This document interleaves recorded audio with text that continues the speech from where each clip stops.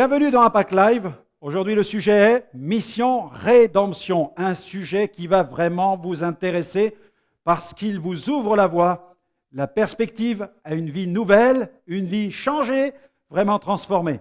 Et en attendant, nous allons écouter Dan Luyten qui va élever notre âme. Il chante Roi des cieux. Allez, on l'écoute.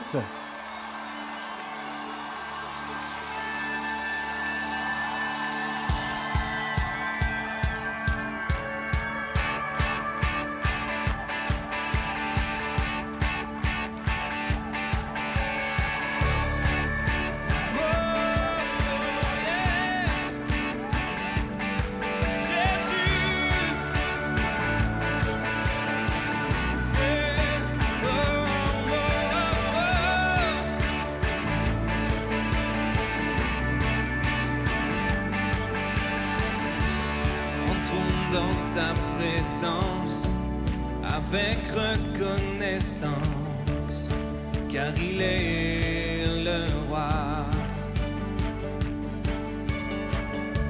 Sa joie brûle nos cœurs, ça fait chasse nos peurs. Oui, il est notre roi.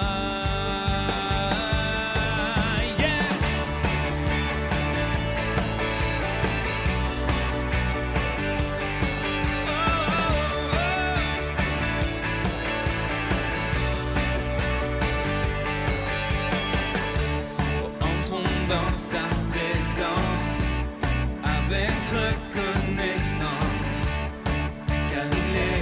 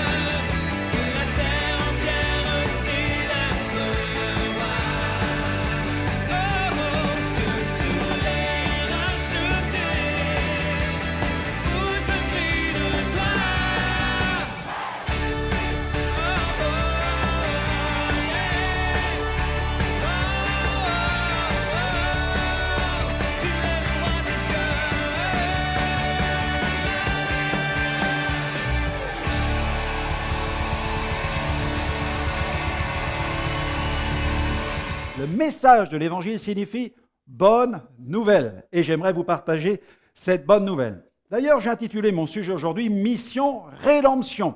Peut-être que le mot va vous surprendre si vous n'êtes pas un connaisseur de la Bible. Et ce mot peut paraître un peu étrange, peut-être même barbare pour quelqu'un. Rédemption. Qu'est-ce que signifie le mot rédemption? Eh bien, il signifie tout simplement rachat. Il signifie aussi salut, guérison, délivrance. Pour simplifier, il veut dire transformation. Et alors, je ne sais pas si vous avez besoin de transformation, si vous avez le désir d'être transformé, mais je crois que l'Évangile a le pouvoir de le faire. D'ailleurs, Jésus l'a fait dans ma vie. Il l'a fait en 1985. Ma vie a été transformée, a été changée parce que Jésus est venu faire cette œuvre de libération. Et il peut le faire pour vous, là où vous êtes aujourd'hui, dans le monde, devant l'écran de votre ordinateur ou votre poste de télévision. Jésus a le pouvoir de venir dans votre vie pour accomplir cette œuvre si vous le désirez, si vous le souhaitez, si vous en avez le désir, si vous le voulez au plus profond de vous-même. Il peut vraiment changer votre vie. Alors imaginez qu'aujourd'hui, on décide de saisir un cabinet spécialiste dans les enquêtes, dans les sondages, et qu'on leur demande d'aller dans la rue pour questionner les passants sur la question du sens de la mission de Jésus. Quelle fut la mission de Jésus? Alors peut-être que certains diraient, sa mission fut une mission d'ordre politique. Jésus est venu pour déclencher, mettre sur pied, bâtir un mouvement politique. Ou alors certains parleraient peut-être d'une intention révolutionnaire, d'autres d'un mobile philosophique, idéologique. Peut-être que certains diraient, mais non, il est venu pour une mission religieuse. Eh bien, j'aimerais vous dire que la mission de Jésus ne fut pas religieuse. Elle fut bien plus que cela. Elle fut spirituelle. Jésus est venu pour proclamer un message qui transforme notre vie spirituelle. Il n'est pas venu pour nous apporter un décorum religieux. Il n'est pas venu pour faire de la religion. Il n'est pas venu pour bâtir un système.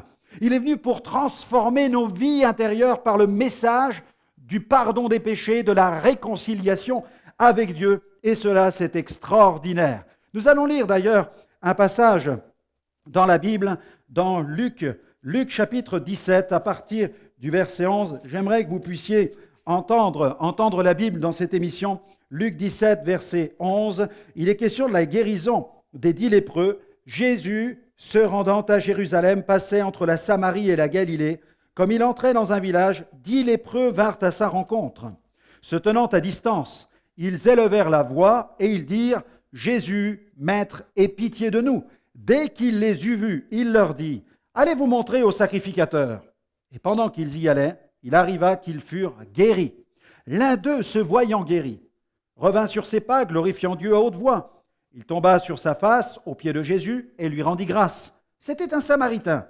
Jésus, prenant la parole, dit « Les 10 n'ont-ils pas été guéris? Et les 9 autres, où sont-ils? Ne s'est-il trouvé que cet étranger pour revenir et donner gloire à Dieu? » Puis il lui dit « Lève-toi, va, ta foi t'a sauvé, ta foi t'a sauvé. » Ce verset est extrêmement important. Comprenez quel fut le sens de la mission de Jésus. Il se rendait à Jérusalem, non pas pour des affaires ou du tourisme, mais pour une mission bien spéciale, donner sa vie, donner sa vie. En effet, dans une discussion avec ses disciples, Jésus a dit « Si le grain de blé ne tombe en terre et ne meurt, il ne peut porter du fruit. » Il parlait de quoi? Eh bien, il parlait de sa vie. Il a comparé sa vie à un grain, tout simplement, qui tombe en terre, qui doit mourir pour porter du fruit. C'est pourquoi Jésus est venu, pour donner sa vie sur la croix pour nos péchés, afin de ressusciter le 3e jour et ainsi de bâtir son Église, un peuple de rachetés, un peuple d'hommes et de femmes purifiés de leurs péchés dans le monde entier. Oui, il est bel et bien question de purification. C'est pourquoi ce passage nous parle de 10 lépreux. Ce passage nous parle de la lèpre, parce qu'à l'époque, cette maladie, en fait, symbolisait, incarnait un mal encore plus profond qui s'appelle le péché. Le péché, c'est comme une lèpre qui nous ronge à l'intérieur. Et le seul remède à la purification de nos péchés se trouve dans le sang de Jésus qui a été versé à la croix. Et cette histoire nous prouve que Jésus est le Rédempteur pour tous, parce qu'il est venu pour les 10 lépreux. De la même manière, il est venu pour tous les hommes. Il a purifié celui qui a cru. Il a purifié celui qui a cru. Il l'a purifié de ses péchés. Dans cette histoire, les 10, qui sont repartis, ont découvert qu'un miracle s'était opéré. En effet, l'un d'eux se voyant guéri. Le texte dit, pendant qu'ils y allaient, il arriva qu'ils furent guéris. Tous furent guéris. De la même manière, Jésus est mort pour tous les hommes. Mais lequel des 10 est revenu pour donner gloire à Dieu et reconnaître que Jésus est bien le Messie? Un seul. Jésus est mort pour tous les hommes, mes amis. Il est mort pour tous les péchés de l'humanité. Mais quels sont ceux qui reconnaissent en Jésus celui qui est venu du ciel sur la terre, mourir pour leurs péchés? Quels sont ceux qui donnent gloire à Dieu et auxquels Dieu dit, mon enfant, ta foi t'a sauvé, va en paix. Parce que ce qui est important, c'est de réaliser que Jésus non seulement est mort pour nous, mais c'est qu'il désire être notre Sauveur et notre Seigneur. Il désire véritablement devenir le roi.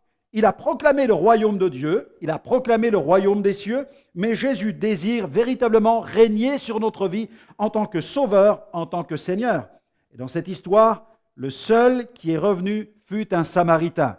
Il faut savoir qu'à cette époque, Juifs et Samaritains n'avaient pas de bonnes relations, parce que les Samaritains avaient toute une histoire où ils rendaient un culte à l'Éternel, mais ils avaient tout un ensemble de pratiques idolâtres. Donc il y avait une véritable scission entre Juifs et Samaritains.